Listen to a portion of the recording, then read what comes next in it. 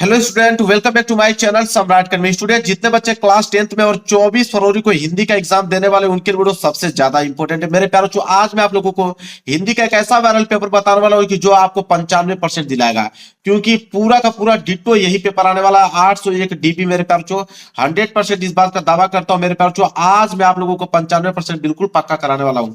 और बहुत सारे बच्चों को कमेंट था कि सर आप सोल्यूशन बोर्ड एग्जाम की कॉपी बताइए, क्योंकि हमें बोर्ड एग्जाम की कॉपी पे लिखना है। 3 घंटे मैंने समय लगाया इसको लिखने में कि आप एक टॉपर की तरह कैसे इस कॉपी को लिखोगे मेरे प्यारों चो कि 95% से 1% नीचे भी ना आए, ठीक है, बल्कि ऊपर ही आए मेरे प्यारों चो। एक बता रहा हूं, एक ट्यूशन में छोड़ा नहीं हुआ और बेहतरीन तरीके से लिख के लेकर आया इस बोर्ड एग्जाम की कॉपी पे। पूरा सेम टू सेम ऐसे ही कॉपी आपको लिख के आना है और 95% लाकर दिखा देना कि इस बार हिंदी के टॉपर आप ही हो। एडमिट कार्ड लेकर जाना है, अनुक्रमांक नाम यहाँ पे डाल लीजिएगा। और ये पेपर है 70 नंबर का, तो 70 में 70 में बिल्कुल फिक्स है। और इस पेपर को हल करने के लिए आपके पास समय रहेंगे 3 घंटे 15 मिनट का समय दिया जाएगा। 2 घंटे 2.5 घंटे बहुत है आपके लिए अगर इस पेपर को तैयार कर लेते हो तो। नीचे निर्देश दिया गया, निर्देश पढ़ना बहुत ही ज्यादा जरूरी है।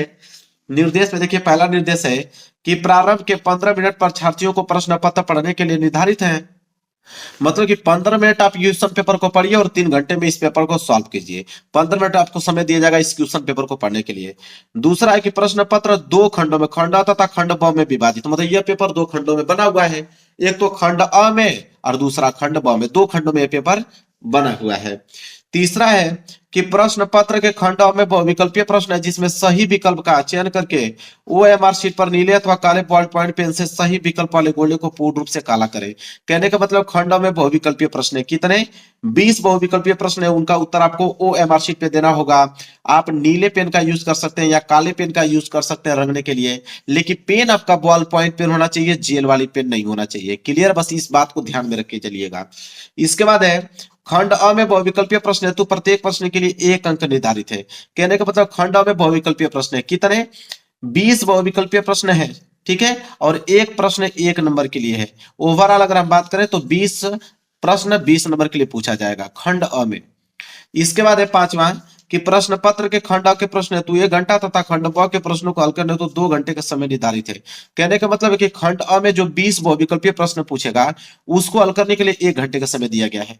मेरे प्यारे बच्चों, 5 मिनट लगेंगे आपको, सारे के सारे ऑब्जेक्टिव क्वेश्चन कर डालोगे। बाकी जितना समय लगेगा पूरा का पूरा खंड ब में लगा दीजिएगा हल करने के लिए। इसके बाद है प्रत्येक प्रश्न के सम्मुख उनके निर्धारित अंक दिए गए हैं। मतलब हर एक प्रश्न के आगे लिखा हुआ मिलेगा कि प्रश्न 1 नंबर का है कि 2 नंबर का है कि 4 नंबर का है कि 6 नंबर का है। जितना भी नंबर का होगा हर एक प्रश्न के आगे लिखा हुआ मिलेगा। तो मेरे प्यार जो यह आप लोगों का निर्देश था, निर्देश पढ़ के मेरे पूरा का पूरा बता दिया। पेपर इधर से स्टार्ट में पेपर दिखाता हूँ और ओएमआर शीट में करना है, ओएमआर शीट भी लेकर आया हूँ, कोई दिक्कत नहीं है, बिल्कुल 95% आने वाला है आप लोगों का, ठीक है। देखिए, सबसे पहले खंड अ, खंड अ में बहुविकल्पीय प्रश्न रहेंगे। उनका उत्तर कहां पे देना होगा, ओएमआर शीट पे। पहला प्रश्न देख लीजिए, बहुत ही ज्यादा सिंपल प्रश्न पूछा गया है कि चिंतामणि के रचयिता है। तो चिंतामणि के रचयिता मेरे प्यारो आचार्य रामचंद्र शुक्ल जी हैं। मतलब पहले का सी सही है। अब इसको ओएमआर शीट पे कैसे करोगे, देखिए। ओएमआर शीट पे मेरे प्यारो ये सारी चीजें आपकी भरी हुई रहेंगी। यहाँ पे फोटो जो रहेगा ये भी फोटो आप लोगों का लगा हुआ रहेगा, ठीक है। बस भरना क्या पड़ेगा मेरे प्यार, जो यहाँ पे मार्क सीरीज, देखिए यह मार्क सीरीज भरना होता है। अब कुछ बच्चे कहेंगे सर मार्क सीरीज क्या होता है, मेरे प्यार जो पेपर कोड ये आप देख रहे हो ना, 801 डीबी, ये डीबी जो है मार्क सीरीज है। तो डी पहला अक्षर हो गया, बी आपका दूसरा अक्षर हो गया, ठीक है। तो डीबी जो है मार्क सीरीज है। तो पहला अक्षर क्या था, डी, तो यहां भरेंगे डी। दूसरा अक्षर बी, तो यहां भरेंगे बी। अब इसके बाद क्या करना है, तो डी यहां पर ढूंढिए, डी कहां है, डी को ढूंढ के रंगना होगा। तो चलिए डी हम ढूंढते हैं। डी कहां गया भाई, मिल जाओ जल्दी से। डी डी देखेंगे कि डी कहां पे है, डी यहाँ पे है, मिल गया। इसी तरह आप खोज लीजिएगा, डी मिल गया। अब डी को यहाँ पे बस कलर कर देना है। इसी तरह बी, बी यहाँ पे है, बी को मिल गया, बी को आपको कलर कर देना है।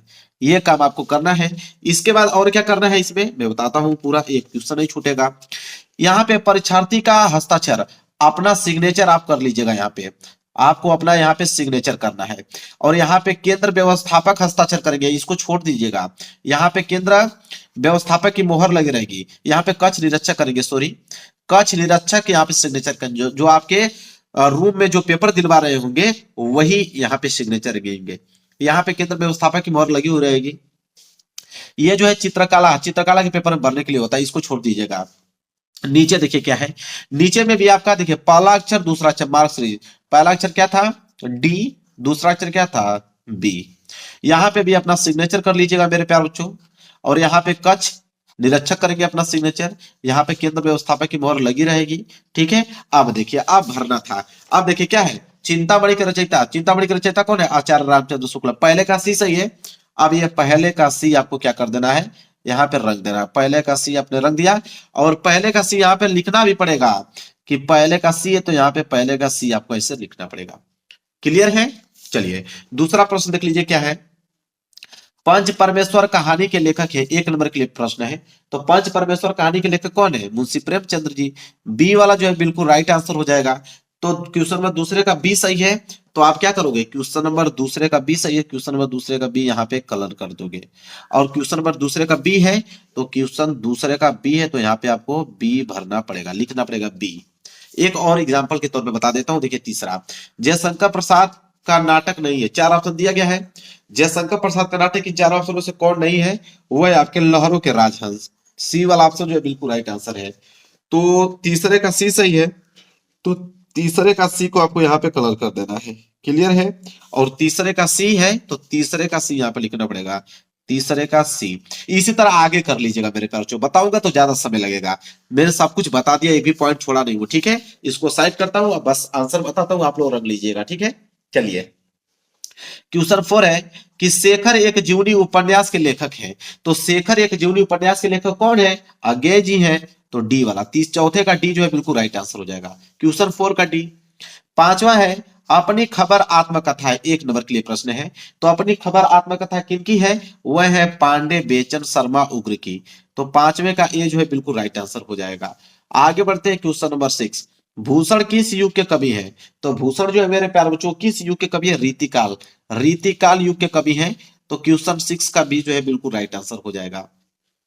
सातवां है कि ललित ललाम रचना है। तो ललित ललाम किसकी रचना है, बतीराम जी की रचना है।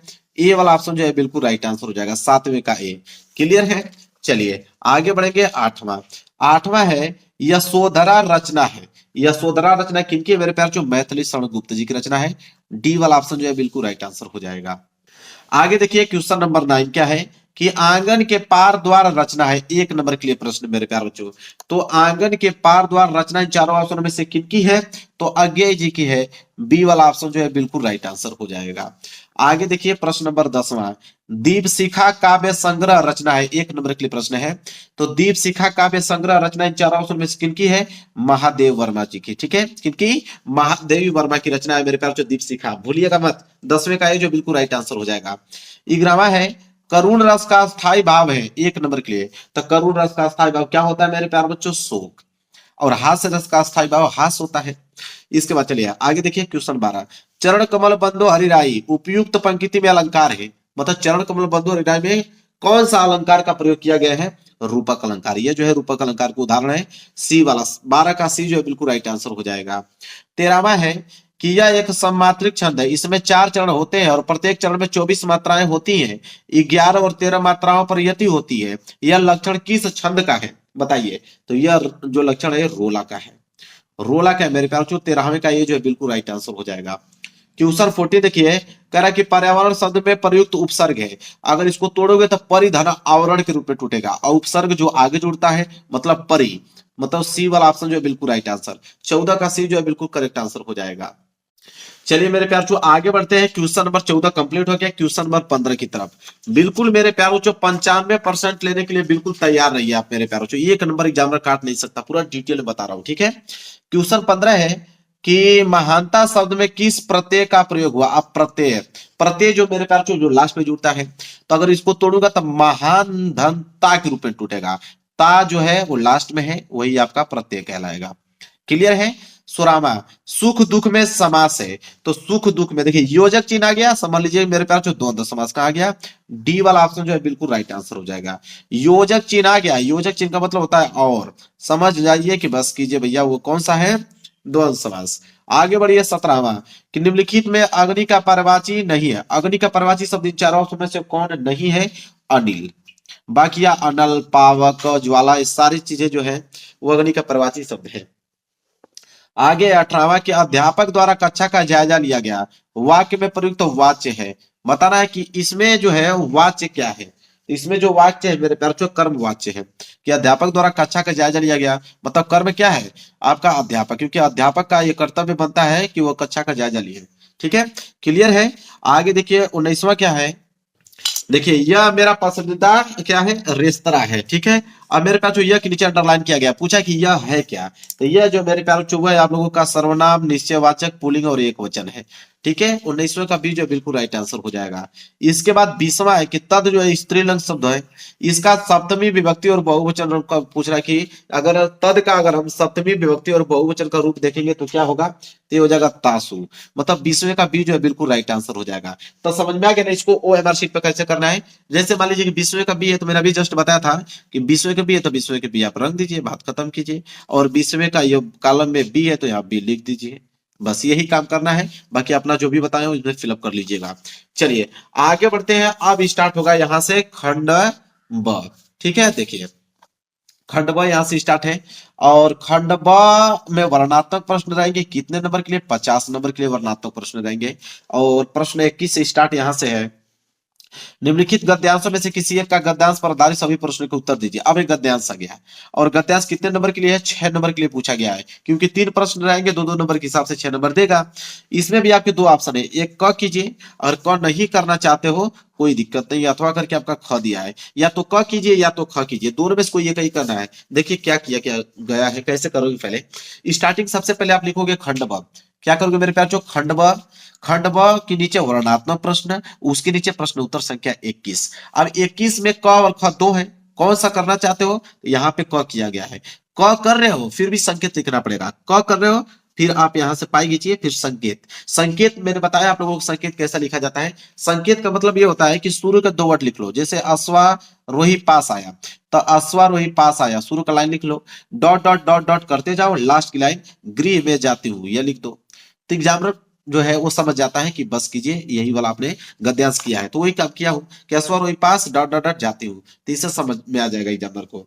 अब मेरे प्यार जो यह गद्यांश किया गया है, अब इसके नीचे 3 प्रश्न है, पहला दूसरा तीसरा। पहला प्रश्न है कि उपयुक्त गद्यांश का संदर्भ लिखिए, 2 नंबर मिलेगा। देखिए कैसे लिखा गया है, एक लाइन का गैप छोड़िए, तब जाके आप मेरे प्यार जो संदर्भ हेडिंग डालिए। लिखिए संदर्भ में कि प्रस्तुत गद्यांश हमारी पाठ्य पुस्तक हिंदी के गदखंड में संकलित ममता नामक कहानी से लिया गया है, और इसके लेखक कौन है, जयशंकर प्रसाद जी हैं। अब देखिए संदर्भ कितना बेहतरीन तरीके से लिखा गया है, हिंदी को ब्लैक पेन से हाईलाइटेड किया गया है, ममता नामक चैप्टर से लिया गया है तो उसको हाईलाइटेड किया गया है, इसके लेखक जयशंकर प्रसाद जी उसको हाईलाइटेड किया गया है, गदखंड से लिया गया है उसको हाईलाइटेड किया गया है। यही काम आपको भी करना है, जो जो मेन पॉइंट है उसको ब्लैक पेन से हाईलाइट करिए, फिर एक लाइन का गैप छोड़िए, फिर दूसरा प्रश्न डालिए। और इसमें दूसरा प्रश्न क्या पूछा हुआ है आपसे कि गद्यांश के रेखांकित अंश की व्याख्या कीजिए, मतलब जहां तक अंडरलाइन किया गया उसका व्याख्या बताना है। देखिए रेखांकित अंश का व्याख्या बताना है, कहां तक अंडरलाइन किया गया है, यहां तक कि मैं आजीवन अपनी झोपड़ी के खोदे जाने के डर से भयभीत रही, भगवान ने सुन लिया, मैं आज इसे छोड़ी जाती हूँ, अब तुम इसका मकान बनाओ या महल में अपने चीर विश्राम गृह में जाती हूँ। इसका व्याख्या बताना है आपको, ठीक है। तो व्याख्या बताना है, कैसे व्याख्या बताओगे, देखिए सब एक लाइन का गैप छोड़िए, रेखांकित अंश की व्याख्या डालिए और लिखेंगे कि प्रस्तुत गद्यांश में लेखक जयशंकर प्रसाद जी कहते हैं, क्या कहते हैं कि ममता ने कहा कि मैं अपनी पूरी जिंदगी में इस भय से भयभीत रही कि कहीं मैं अपने इस मामूली घर से भी बेघर न हो जाऊं, लेकिन ईश्वर से मेरी प्रार्थना सुन ली, ईश्वर ने मेरी प्रार्थना सुन ली और मुझे जीवित रहे, मतलब मुझे जीवित रहे बेघर होने से बचा लिया। ये उसका रेखांकित अंश का व्याख्या, देखिए कितना डिटेल में लिखा गया है। और जब ये पेज आपका भर जा रहा है ना, तो यहाँ पे कॉर्नर में पीटीओ जरूर लिख दीजिए, ठीक है, पीटीओ पेज टर्नओवर। एक काम और करना है, उसको तो मैं भूल ही गया हूँ, रोल नंबर हर एक पेज पे लिखना है। यहाँ पे आप रोल नंबर हेडिंग डाल लीजिए और 10 अंकों का रोल नंबर हर एक पेज पे लिखना है, ताकि कॉपी आपकी कोई चेंज न कर पाए, जितना आपने लिखा है उसका पूरा का पूरा नंबर आपको मिल पाए, ठीक है। चलिए अब देखिए मेरे प्यारों, अब अगला मतलब उसी का देखिए, उसी का जो है रेखांकित अंश का व्याख्या का कुछ पार्ट यहाँ पे भरा है, बचा था तो उसको मैंने यहाँ भर दिया, ठीक है, लिख दिया उसको। मतलब कुछ यहाँ पे रेखांकित अंश की व्याख्या में कुछ पॉइंट बच गया था, उसको इस साइड में लिखा हूं। देखिए आज मैं इस घर को छोड़कर जा रही हूँ, अब मेरे जीवन का अंत समय निकट आ गया है, अब तुम यहाँ पर मकान बनाओ अथवा महल, मुझे कोई चिंता नहीं, क्योंकि अब मैं अपने उस घर में जा रही हूँ जहां मुझे अनंत काल तक विश्राम प्राप्त होगा। तो मेरे प्यारों, जो कुछ लाइनिंग बची थी जो कि मैंने इधर एडजस्ट कर दिया। ठीक है, इसके बाद एक प्रश्न और है। ठीक है, एक प्रश्न और है, क्या है देखते हैं कि ममता के आजीवन भयभीत रहने का क्या कारण था, 2 नंबर। तो ममता के आजीवन भयभीत रहने का क्या कारण था, उसका आंसर देना है। एक लाइन का गैप छोड़िए, तीसरा तीसरा लिखेंगे ममता आजीवन अपनी झोपड़ी के खोदे जाने के भय से भयभीत रही। क्लियर है। चलिए मेरे ख्याल से अगला प्रश्न देखिए। प्रश्न 21 समाप्त हो गया। प्रश्न 22 देखिए, इसको भी डिटेल से हम लोग सॉल्व करेंगे। एक नंबर एग्जामिनर काट नहीं सकता है। देखिए प्रश्न नंबर 22 है क्या कि निम्नलिखित में से किसी एक पद्यांश पर आधारित प्रश्नों के उत्तर दीजिए। पद्यांश है और पद्यांश भी कितने नंबर के लिए है, 6 नंबर के लिए है। इसमें भी क दिया है, क वाला नहीं कर पाओगे कोई दिक्कत नहीं है, अथवा करके ख वाला दिया है, या तो क कीजिए या तो ख कीजिए, दोनों में से कोई ये करना है मेरे प्यारे बच्चों। देखिए कैसे किया गया है। प्रश्न उत्तर संख्या 22 का क किया गया है। संकेत भी लिखा गया है कि पूर्ते दिक्सी चली चल चुए। इससे एग्जामिनर को मालूम चल जाएगा आपने कौन सा किया है। देखिए पूर्ते दिक्सी चली जल चुए, अब उससे समझ में आ जाएगा कि आपने यही वाला किया है। इसके नीचे 3 प्रश्न है, पहला दूसरा तीसरा। पहला है कि उपयुक्त पद्यांश का संदर्भ लिखिए, 2 नंबर। तो देखिए संदर्भ लिखा गया मेरे पास जो कितना अच्छा से संदर्भ पहला लिखा गया, एक लाइन का गैप देखे कि प्रस्तुत पद्यांश हमारी पाठ्य पुस्तक हिंदी काव्य खंड में संकलित कवितावली ग्रंथ के वनपथ नामक शीर्षक से लिया गया है और इसके रचयिता कौन है, तुलसीदास जी है। मेरे प्यारे बच्चों देखिए very very most important question है, यहाँ पे मैंने इसको कवर कर दिया। इसके बाद दूसरा है कि श्री राम के नेत्रों से आंसू क्यों बहने लगे। ठीक है, तो श्री राम के नेत्रों से आंसू क्यों बहने लगेंगे, इसका उत्तर लिखेंगे कि सीता जी की थकावट से उत्पन्न व्याकुलता को समझकर रामचंद्र जी की आंखों में आंसू आ गया। ठीक है, तीसरा प्रश्न है रेखांकित अंश, यहाँ पर्णकुटी करिहोकित है, मतलब इस पर्णकुटी करिहोकित है में कौन सा अलंकार है ये बताना, 2 नंबर इसमें मिलेगा। ठीक है, तो इसका लिखेंगे अनुप्रास अलंकार है। सिंपल जवाब मेरे प्यारे बच्चों, यहां से 6 नंबर आपके क्लियर हो गए। प्रश्न नंबर 22 क्लियर हो गया। चलिए इधर लिखा गया है प्रश्न नंबर 23। देखिए प्रश्न नंबर 23 को कैसे लिखोगे उसको ध्यान से देखिए। प्रश्न 23वां मेरे प्यारे बच्चों क्या है उसको मैं दिखाता हूं आपको। प्रश्न 23वां है कि दिए गए संस्कृत गद्यांश में से किसी एक का संदर्भ सहित हिंदी में अनुवाद कीजिए। 5 नंबर का है। अब इसमें 2 ऑप्शन है, एक आपका क वाला है, क वाला नहीं कर पाओगे तो अथवा करके आपका ख वाला दिया गया है। चलिए देखते हैं दोनों में से किसका उत्तर लिखा गया है। तो सबसे पहले तो आप डालोगे प्रश्न उत्तर संख्या 23। प्रश्न उत्तर संख्या 23 डालने के बाद ख वाला किया गया। देखिए लिखा गया ख के बाद संकेत लिखा गया है कि नागरिक बहुकालम दंतानी। तो देखिए नागरिक बहुकालम लास्ट की लाइन डॉट डॉट डॉट करके दंतानी, एग्जाम्पल को समझ में आ जाएगा, बस कीजिए यही वाला किया है। ठीक है, 2 चीज लिखना है, संदर्भ और इसका व्याख्या। 2 नंबर संदर्भ पे, 3 नंबर इसका मतलब अनुवाद पे। तो देखिए लिखोगे एक लाइन गैप छोड़ के संदर्भ कि प्रस्तुत गद्यांश हमारी पाठ्य पुस्तक हिंदी के संस्कृत खंड में संकलित प्रभुत्व ग्रामीण पाठ से उद्धृत है, मतलब प्रभुत्व ग्रामीण चैप्टर से लिया गया है। और देखिए उसको ब्लैक पेन से हाईलाइटेड किया गया है, इसी तरह करना है। एक लाइन का गैप छोड़ के आप इसका व्याख्या करोगे, मतलब ये जो आप देख रहे हो मेरे प्यारों, इसका पूरा का पूरा हम बताने वाले व्याख्या, तब जाके 3 नंबर मिलेगा। ठीक है, तो देखिए व्याख्या कैसे करेंगे। हिंदी अनुवाद, या तो उसका हिंदी अनुवाद पूछा है तो इसका हिंदी अनुवाद लिखेंगे कि नागरिक बहुत देर तक सोचता रहा लेकिन पहेली का उत्तर देने में समर्थ नहीं हुआ, तो ग्रामीण से कहा कि मैं इस पहेली का उत्तर नहीं जानता।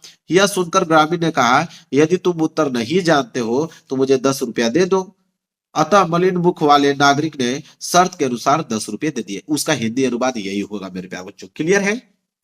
चलिए आगे बढ़ेंगे प्रश्न नंबर 24 की तरफ। अब देखिए प्रश्न नंबर 24 क्या है उसको ध्यान से देखिए। प्रश्न नंबर 24 है कि नीचे दिए गए पद्यांश में से किसी एक पद्यांश का संदर्भ सहित हिंदी में अनुवाद कीजिए। क वाला है, क वाला नहीं कर पाओगे तो अथवा करके ख वाला दिया गया है। ठीक है, ये भी कितने नंबर के लिए है, 5 नंबर के लिए है। देखिए कौन सा किया गया है। प्रश्न उत्तर संख्या 24 का क, सर्वे भवन्तु डॉट डॉट दुख भाग भवेत। तो एग्जामिनर को समझ में आ जाएगा कि सर्वे भवन्तु डॉट डॉट दुख भाग भवेत। ठीक है, ये वाला आपने किया है। तो देखिए इसका आपको संदर्भ और हिंदी अनुवाद करना है, तो एक लाइन का गैप छोड़ के आप संदर्भ हेडिंग डालोगे।